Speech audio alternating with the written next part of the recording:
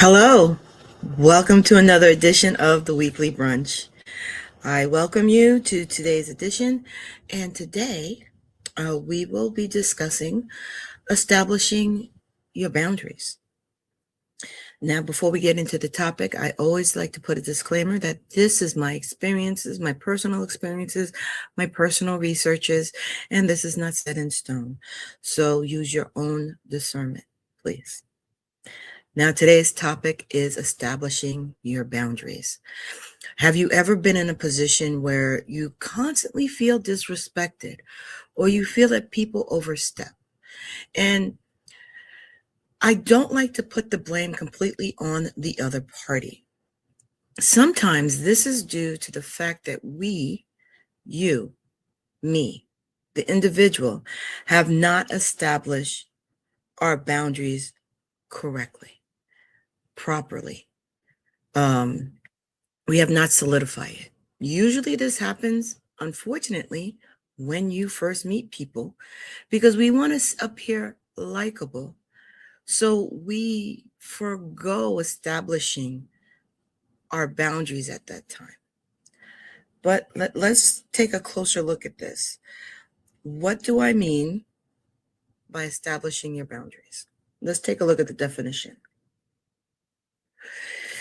Clearly identifying your limits, communicating them directly, and being consistent in enforcing them to ensure and protect your mental, physical, and emotional well-being. Now, those three things that were touched upon, your mental, your physical, and your emotion. We have different boundaries that we set. Ladies, we always have like this arm distance when it comes to the opposite sex or someone who may be invading our space. Those are the boundaries that we are commonly looking to establish. But there are other boundaries, your mental boundaries, your emotional boundaries.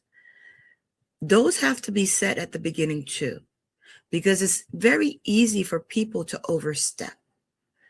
Now, there are some key things that you have to be aware of when setting these boundaries and how to maintain them. You need to know and identify your limits. You need to know honestly, and this is being honest with yourself.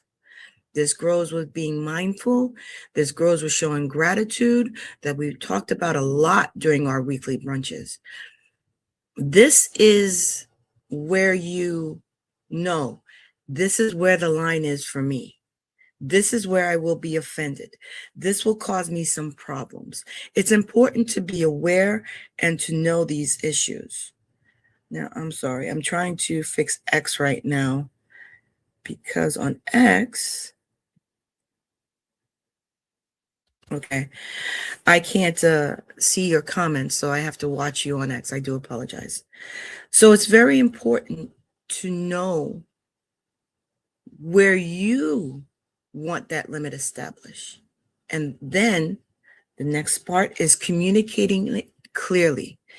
When I say communicating it clearly, it doesn't mean tapping around the situation, trying to make light of the situation. Sometimes you have to be bold for people to know this is where my limit is. This is where the line is crossed within the stand in front of me. And being honest, it clears up a lot of misunderstandings, a lot of unnecessary friction between you, people, or situations. So having that clear is very important. And one of the ways you could do that is you have to use I in your statements. I find this offensive. I don't want to talk about this. I feel that this is a personal issue and not to be shared. Using that word I, establish to the person you're communicating to that this is for real. You're not joking. You're not using innuendos. You're not doing any of that. You are being clear that this is a line that I do not want crossed. Sometimes it may mean it's not even up for discussion. Another thing is you have to start small. Don't be overbearing with it. And you have to start early in the relationship. Establish those boundaries. This way, there is no, you disrespected me. And unfortunately, if you're not clear, the minute you say, you have just disrespected me, the other person may be rightfully confused. They may not understand what you mean by, how are you finding this offensive? It's not that they're being disregarded, is that you never establish your boundary. You have to be consistent. What do I mean by that? You can't let one person slide and then another person not slide, at least not publicly or in the face of the one person that you're more restrictive with. Because I understand everybody in every situation is different on where the boundary line stands. But you have to be consistent on where your boundaries stand. Yes, we do develop, we do change, but your boundaries there is, once again, to protect your mental, your physical, and your emotional health. To me. And you have to manage your guilt. What do I mean by that? Sometimes when we set boundaries, especially if you are a people pleaser, if you are someone who feels that you're trying to step outside your box, and then you set those boundaries, there's a guilt that comes over. I feel guilty for telling this person no. I feel guilty for shutting this person down. Now, what are you doing there? You're putting someone else's welfare over your own. One. Two, you're approaching your boundary setting as something as being selfish. Some people may say, yes, it's selfish, but is your self-preservation selfish? Is your mental health being selfish when you want to guard it? Is your emotional well-being being selfish? I can't answer those questions for you, but what I can tell you is when setting your boundaries, you're setting your boundaries for your protection. It's not being selfish. It's not being greedy. It's not cutting yourself off. It's saying, if you respect me, this is the line you will not cross. It's about self-respect and knowing who respects you in that term. But we will go back. We will talk about that in a few moments. Now, the forms of boundaries I touched a little bit on is your physical boundary, which it protects you. It protects you from assault. It protects you from your physical space being invaded. And not just your physical body. We're also talking about your home.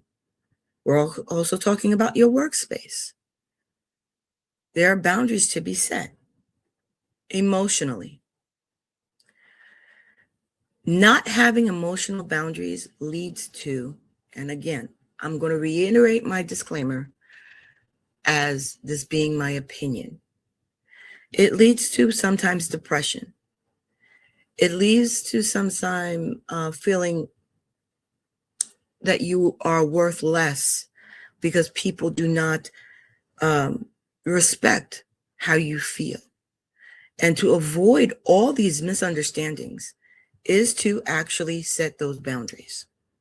Once the boundaries are set, and once they're crossed or not crossed, you know who you're dealing with or what you're dealing with.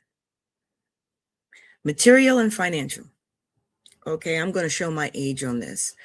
As I've grown throughout the years, I've noticed that people are more free-flowing with sharing their material gains, their financial situations, and stuff like that.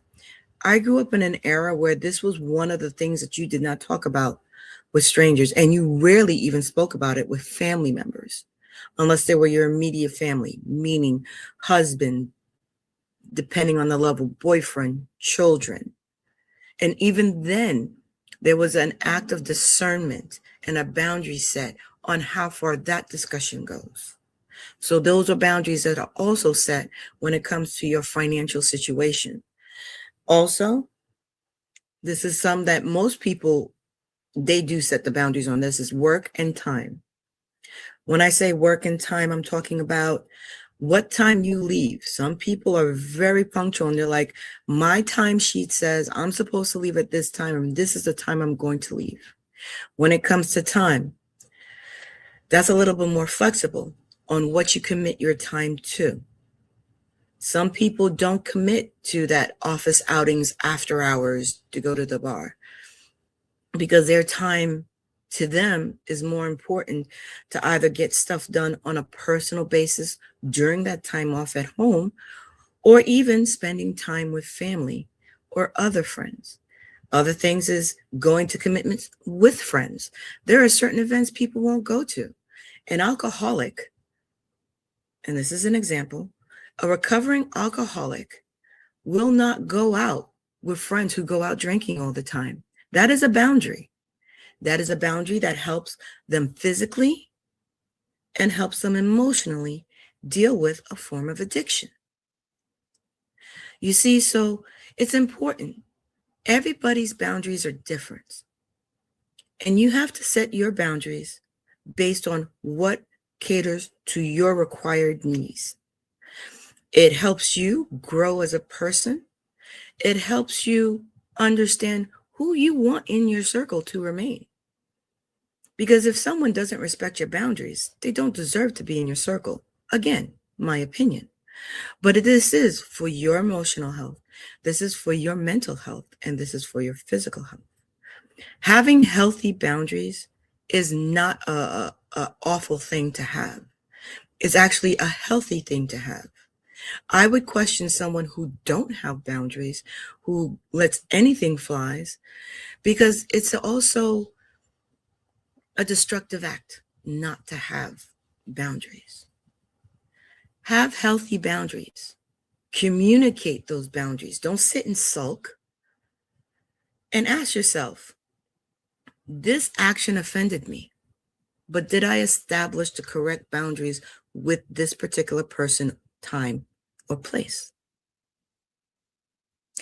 Now, I'm not going to say go ahead and reestablish your boundaries this week, but let's do it a little lighter. Take a look at how you set your boundaries. Take a look at what's been frustrating you this last couple of months dealing with certain individuals, and ask yourself, did I establish the wrong set of boundaries in the beginning of this relationship? And how can I fix it? Sometimes it's as simple as sitting down and having a heart-to-heart talk with the person to let them know, well, I was being too laxy-daisy and I was just trying to be liked, but this offends me, that offends me. This is what I want to do. I don't want to shut you off, which is one of the reactions most people have when their boundaries are crossed.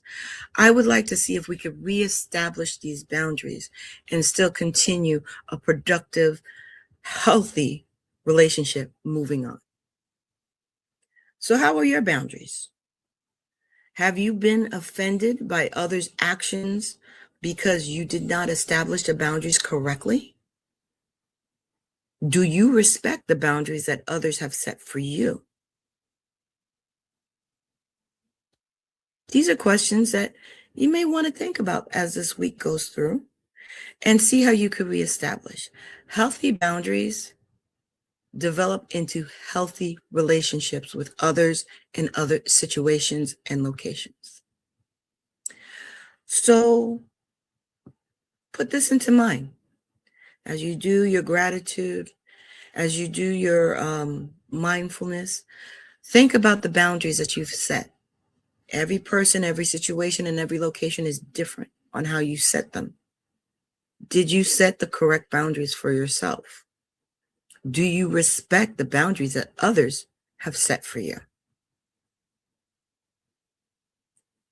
I'm going to leave you with this note and just sit there and think about it and see how you could adjust the situation. And you'd be surprised how happier you will be and easier it will be to interact with others in other situations, even at work, once those boundaries have been set. and you will see who respect your boundaries and who don't. You will also realize whose boundaries you have disrespected and need to make amends for. Until then, I hope you enjoyed your Valentine's Day yesterday.